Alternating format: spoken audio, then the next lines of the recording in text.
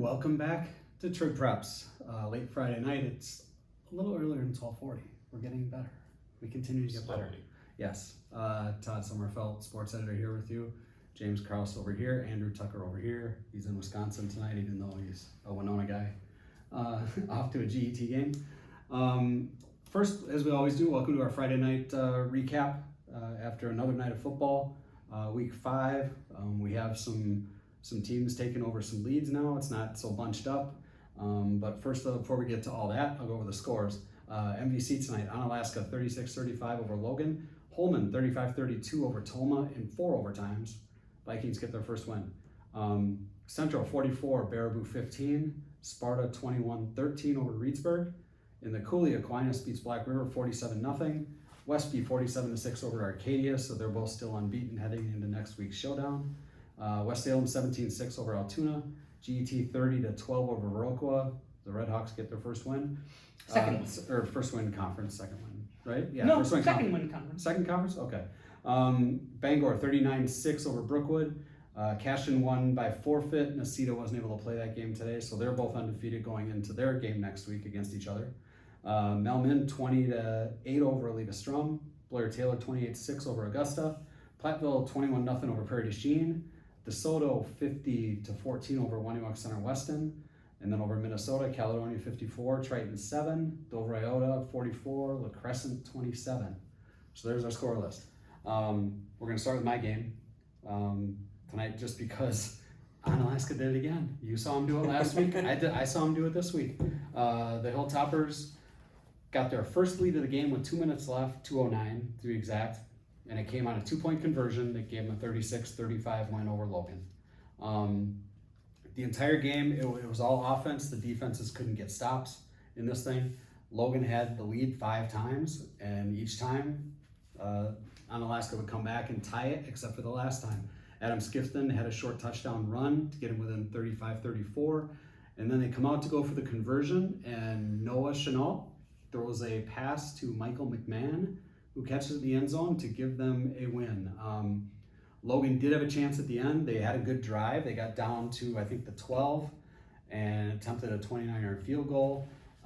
Kicker Daniil Roberts kind of slipped when he kicked it, so it wasn't good. And Onalaska gets another win. 2-point conversion with 7 seconds left last week against Central. 2-point conversion with 2:09 left tonight. And they are alone in first place in the MVC. 3 straight wins for Onalaska.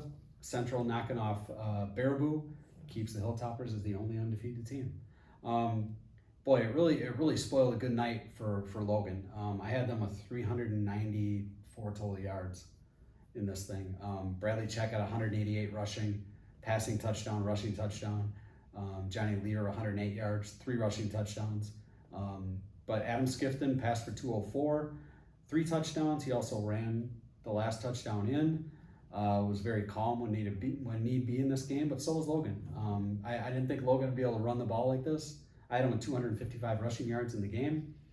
They've had a good running attack all year. I didn't know that they'd be able to do it for sure against Onalaska. I thought the Hilltoppers would at least be able to slow them down. I said that to Yashinsky after the game, and he just shook his head. Wasn't happening tonight. The Rangers played a very good game. Onalaska just made one more play, as they say, and pulled off the win. So. And you mentioned earlier how a few plays go differently for Logan. And they're 5-0. Dating back to the beginning of the year, and they're 5-0. They're 5-0. I mean, they're playing. Every game has gone down to the end, other than the Sparta game. Did you see that game, or did we not go? No. Sparta won. It was a 38-14 win for Logan. They ran all over Sparta, which is now 4-1. And so they've played well each week. They had a block extra point in overtime. They messed up that onside kick week 1, and tonight they moved the ball right to where they wanted to move it. They have a really good kicker in Daniil Roberts. He just happened to slip at the wrong time out there tonight, and it didn't happen for the Rangers tonight. So let's go to your game. You were out at Sparta for the Spartans in Reedsburg tonight. Tell us a little bit about that one. Yeah, this was a game that, sort of coming into the year, we had talked about how injuries sort of were the things that derailed this team in the past few years. And there were points tonight where it looked like that might happen again. I counted at least 5 players, starters, who ultimately didn't finish the game because of injuries, or maybe they finished the game, but they had to come off for an extended period of time. That's just Sparta players? That's just Sparta players. Because Reedsburg's really banged up too. So. Yeah. Those both sides of the field now. And because it's two very, very physical teams that just run and run and run. And because of that, neither team got a ton of opportunities tonight. Sparta only had 7 drives, but they scored on 3 of them. So ultimately, at the end of the night, they were pretty efficient with their run game. Didn't make any big mistakes that really put it into Reedsburg's hands. Reedsburg had a chance to go ahead with a field goal late in the 3rd quarter, but it was blocked. And then Sparta basically ran out the majority of the 4th quarter, got a touchdown on a 4th and 2 from the 3-yard line, and then forced a turnover on downs, and they were able to execute. That was a big thing Adam Dow sort of talked about is every team, he said before this season started, I thought any team in this conference could win the title. Now we're 5 weeks in, and it definitely feels like that. Like there's definitely, still with the exception of maybe 1 or 2 teams, it feels like everyone is competitive, and it just comes down to execution. And in terms of executing, Sparta did that perfectly, I thought. And if Sparta does that in 2 weeks against Onalaska, it changes everything again. Right now, Onalaska, like I said, 3-0. Central, Sparta, Baraboo, Loc, and all 2-1. So there's a lot of teams that are right there. Onalaska has that big win over Central last week. I think that's gonna really help them. Well, it helps them at this point because that's the best team I think that's played most consistently anyway, and especially to pound Baraboo like it did today. That's a good one to have behind them. Let's just say. Andrew, you over in Galesville tonight? Yes, I can take the reins in the Cooley action. GET, they started the season 0-3 this year against 3 tough teams, and now this week they won their 2nd in a row. Picked up a homecoming win against Viroqua, 30-12. GET junior Ryan Waxlax intercepted a pass on the game's opening drive. Wait, give us the last name again. That would be Waxlax.